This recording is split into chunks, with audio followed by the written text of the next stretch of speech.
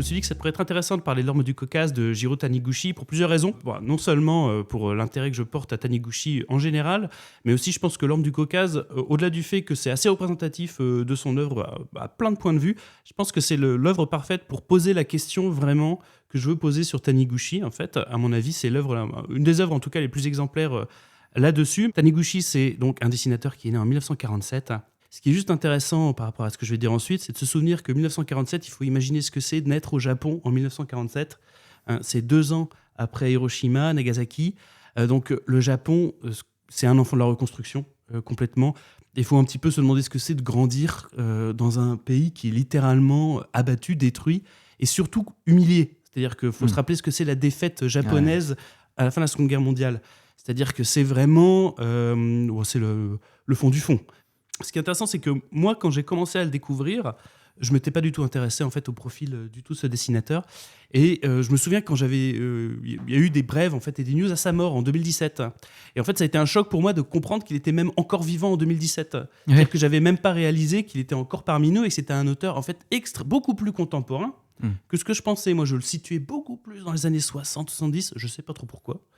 Mais peut-être par rapport à son style, il y a un petit côté un petit peu old-fashioned chez lui, en tout cas, un petit peu old school. Ouais, et je crois que c'est pour ça dans sa temporalité, oui.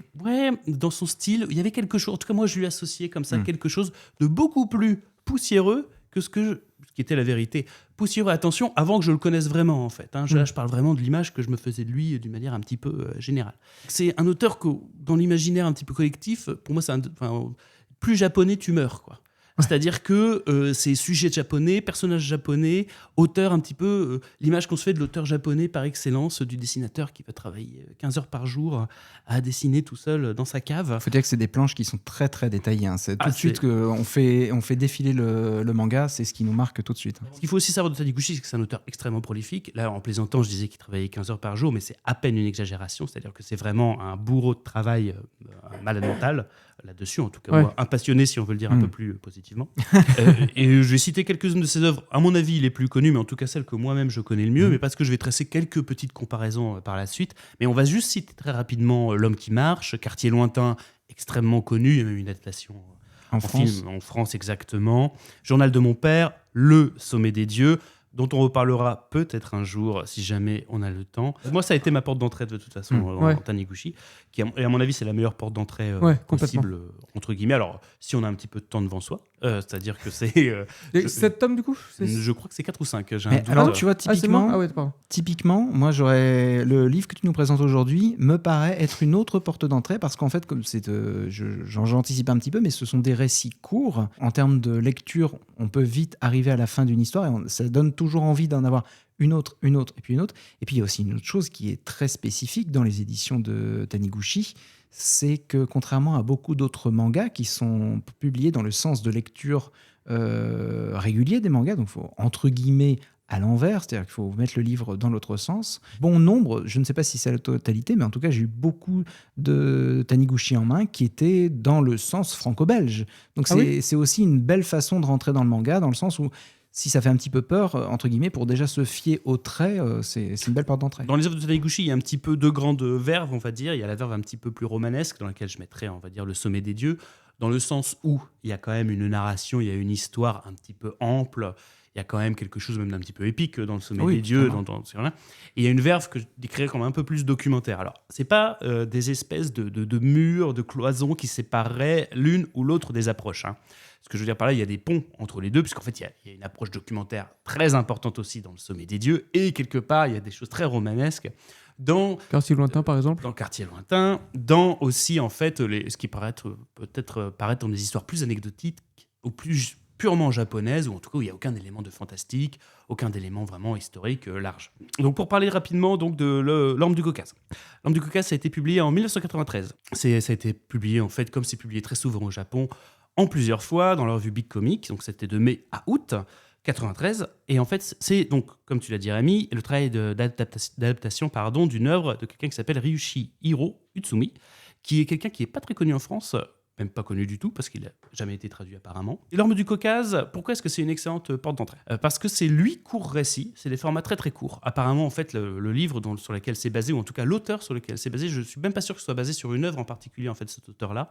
À mon avis, c'est parce que apparemment, l'écrivain est spécialisé dans les formats courts, en fait, dans les nouvelles. Donc, à mon avis, je ne serais pas surpris qu'en fait, que Taniguchi ait pioché un petit peu dans son corpus un petit peu général pour voir les histoires qu'il touchait un peu plus et qu'il avait lui-même envie d'adapter. Ce qui est intéressant, en fait, dans L'Orme du Caucase, c'est que c'est des récits qui, en apparence, peuvent paraître un petit peu banals, même très communs. C'est vraiment des petits moments de vie, des fragments, en fait, très très simples. Par exemple, tu as quelques histoires comme ça à pitcher ? Bien sûr, en fait. Alors, c'est des pitchs qui vont peut-être un petit peu sembler étranges, mais par exemple, c'est juste l'histoire de 2 frères et de leur rapport avec leur chien. L'amour inconditionnel que ces 2 frères ont pour leur chien et, par extension, l'amour que l'un des frères a pour l'autre et à quoi il est prêt à faire pour justement conserver, en fait, ou pour protéger son petit frère, par exemple. C'est aussi un couple de retraités et une histoire d'amour un petit peu naissante entre eux. Mais il ne faut pas croire qu'il y ait une espèce de révélation ou quoi que ce soit. Là, ce que je raconte, c'est à la fois le pitch et presque un résumé, en fait, de la nouvelle. Okay. On a aussi, par exemple, des gens qui emménagent dans une maison. Et puis, c'est ce qui donne le titre, justement, de ce recueil, L'Orme du Caucase. Il y a un énorme arbre, en fait, dans ce jardin. Et juste, le nouveau propriétaire se demande, est-ce qu'il doit couper cet arbre ou pas ? Qu'est-ce que ça représente, en fait ? Est-ce que son propre confort a plus d'importance que cet arbre qui est maintenant centenaire ? Et qu'est-ce que, voilà. C'est vraiment des tranches de vie, des instants. Et puis, il y a vraiment quelque chose toujours d'assez suspendu dans son travail, qui est justement... en fait, moi, ce qui m'a beaucoup touché dans cette lecture-là, c'est qu'il y a l'histoire où on ne sait pas justement où on va être amené et on va trouver sur quelque chose qui est assez universel, qui va pas...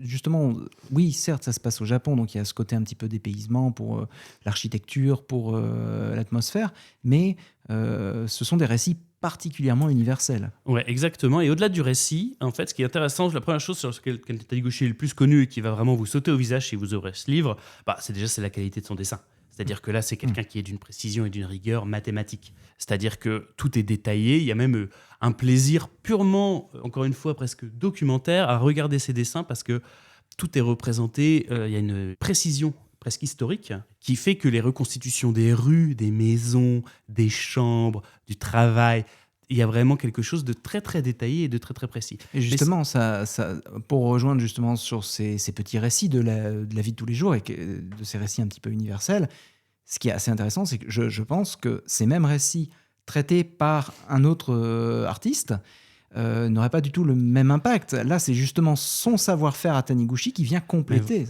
Exactement, et c'est là qu'on arrive au grand mystère, en fait, pour moi, de Taniguchi, qui permet vraiment où en fait L'Orme du Caucase, c'est vraiment la bonne occasion de se poser cette question-là. Parce qu'en fait, on pourrait parler pendant des heures du découpage, de la mise en scène, du fait que son dessin, il est presque impossible à prendre en défaut. C'est-à-dire que vraiment, il n'y a jamais un moment où on a le sentiment qu'il est un cran en dessous. Taniguchi, on n'arrive jamais à la voir. Tout est toujours vraiment un semblant de perfection. Il y a quelque chose qui peut être un petit peu effrayant dans ce sentiment de perfection du dessin, de ce côté vraiment très très précis, c'est qu'en fait il peut y avoir un côté un petit peu froid, on peut avoir peur justement de ça, de perdre peut-être un petit peu la vivacité du trait, l'impulsion, le côté un petit peu créatif et un petit peu foufou. Mais en fait moi, Taniguchi c'est un auteur qui me passionne, pourquoi ? Parce que c'est un auteur qui me fait un effet unique, c'est-à-dire qu'il n'y a personne, aucun autre dessinateur, de tout ce que j'ai lu qui me fait le même effet, c'est que c'est quelqu'un dont les dessins me font pleurer. C'est-à-dire qu'il y a une espèce de quelque chose de très très étrange et quelque chose que j'arrivais pas à définir en fait. Et je me suis vraiment posé la question. Et en relisant L'Orme du Caucase, je me disais qu'est-ce qui crée chez moi cette émotion un petit peu indescriptible qui fait que j'ai la gorge serrée mais sur des détails, sur vraiment des scènes de vie quotidienne qui a priori ne devraient pas me parler, ne devraient pas me toucher et qui n'ont même pas narrativement en fait la volonté d'avoir un impact particulier. Et en fait, j'ai l'impression, plus j'y pensais, que c'est ce sens du détail en fait qu'on applique et où on réfléchit en fait très souvent à ce que je disais là, c'est-à-dire qu'à ce côté très historique, représentation, etc. Mais en fait, il applique exactement ce même sens du détail au spectre des émotions humaines. C'est-à-dire qu'en fait, il est incroyablement précis dans un geste, dans un regard, dans une position des corps, dans ce que deux personnes n'osent pas tout à fait se dire.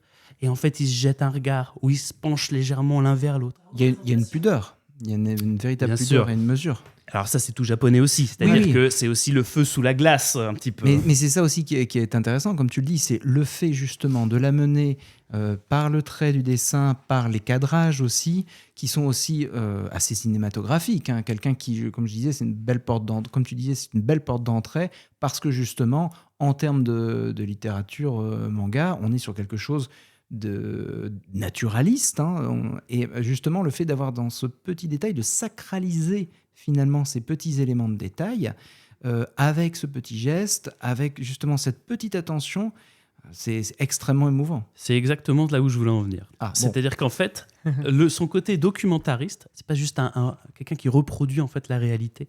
C'est quelqu'un qui justement documente complètement l'âme humaine, je trouve, dans ses dessins, dans ses attitudes, dans ce que ça représente. C'est pas juste une époque en fait qui nous est représentée. C'est d'un seul coup tout le spectre humain. C'est-à-dire que tout est en nuances de gris constamment dans les interactions humaines, en fait. Rien n'est jamais gentil, méchant, trop fort, on n'est jamais dans la déclamation, les émotions paraissent extrêmement contenues. Et en fait, ce côté-là, contenu, c'est ce qui crée justement la place pour le côté fin, pour la sensibilité, pour quelque chose justement des détails très très précis dans lesquels on ne peut pas s'empêcher en fait immédiatement de s'identifier. Donc c'est ça qui est très très fort. Et en fait, plus j'y pensais, plus non seulement j'ai l'impression en fait souvent de vivre d'un seul coup l'époque, de voir l'époque qui m'est décrite, ou la scène, ou le moment, mais j'ai l'impression aussi de vivre les émotions des personnages dans les scènes qui me sont décrites en fait. C'est le moment citation. C'est-à-dire que moi j'ai une citation de Tolkien que j'adore. Tolkien il parle de la nostalgie des montagnes qu'on ne gravira jamais. Taniguchi c'est la nostalgie des vies qu'on ne vivra jamais. Oui. C'est-à-dire qu'en fait bizarrement, très juste. D'un seul coup je suis nostalgique d'une vie que je ne connais pas, de personnages que je ne connaissais pas il y a 2 pages. Littéralement, parce que c'est des nouvelles qui sont assez courtes, elles doivent durer 10, 15 pages peut-être. Le livre est pas très épais, il y en a 8 de récits à l'intérieur. Et pour revenir à ce que tu disais, Rémi, c'est exactement ça. C'est qu'en fait, cette représentation en fait, du spectre humain, de ces émotions qui m'impactent d'un seul coup, c'est-à-dire que je suis dans les chaussures des personnages, je ressens leurs émotions, ça fait que d'un seul coup, leur quotidien, ça devient un mythe, en fait, pour moi. L'anecdote, ça devient une légende. et en fait, c'est pour ça que je le rapprocherais presque d'un auteur américain.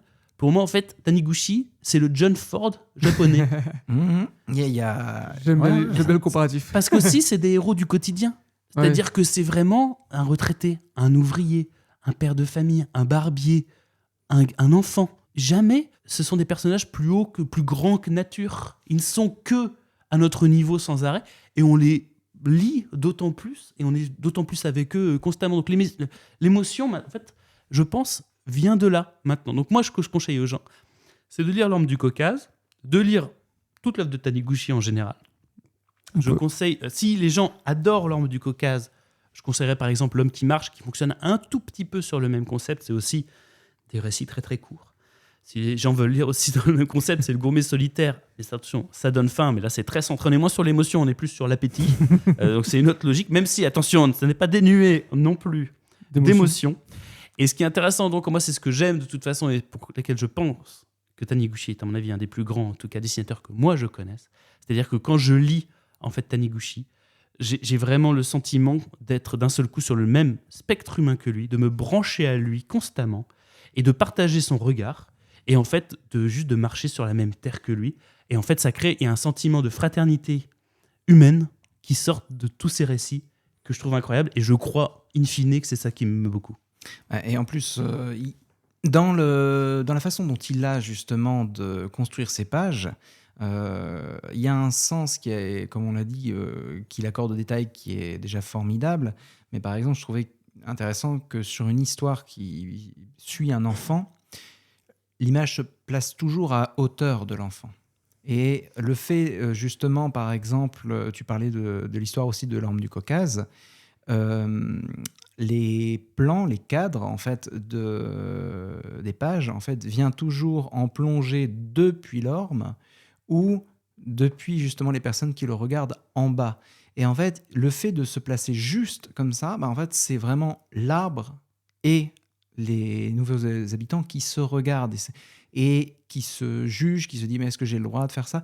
Le dessin, il véhicule déjà tellement de propos. Moi, je suis persuadé que tu prends L'Orme du Caucase, tu ne lis aucun texte, tu le lis en japonais, par exemple, si tu ne sais pas lire japonais, je suis persuadé que tu comprends toutes les émotions. C'est ça, parce que je pense que souvent, en fait, on le réduit à son trait. On le réduit à son style très précis. Voilà. Mais en fait, on oublie le metteur en scène quelque part. J'en profite pour ceux qui écoutent, pour décrire un petit peu. C'est un trait fin, très délicat et très détaillé. C'est-à-dire que là, j'ouvrais une page tout à l'heure et ils sont dans un jardin où il va prendre le temps de dessiner chaque buisson qui est derrière et il va vraiment pousser le détail au maximum.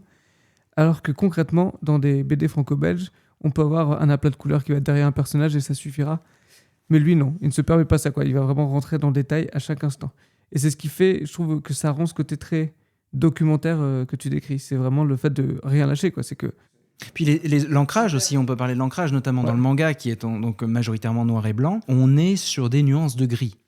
Il n'y a pas de noir. Donc déjà, jusque dans la couleur et l'ancrage, on est sur de la nuance. Moi, ce qui est marrant, c'est que j'ai l'impression que ça marchait pour toutes les œuvres de Taniguchi, puisqu'au final, Le Sommet des Dieux et Quartier Lointain, c'est exactement ce que tu décrivais. Peut-être que dans Le Sommet des Dieux, il y a un côté en effet plus épique, mais... Au Sommet des Dieux, on suit en fait une personne qui découvre un ancien appareil photo qui aurait appartenu à un alpiniste qui a disparu en montagne. Dans l'Everest. Et on va rester dans dans plusieurs personnages justement qui vont creuser justement cette histoire et de ces nombreux défis, du rapport avec la montagne, du rapport avec l'effort.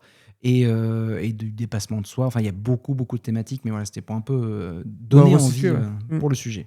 On en reparlera peut-être un jour, parce que c'est vraiment une saga, je pense qu'on peut la présenter comme ça, qui est assez incontournable. Et d'ailleurs, qui a été adapté en film d'animation, je dirais, il y a environ 2 ans. Par des Français, wouhou.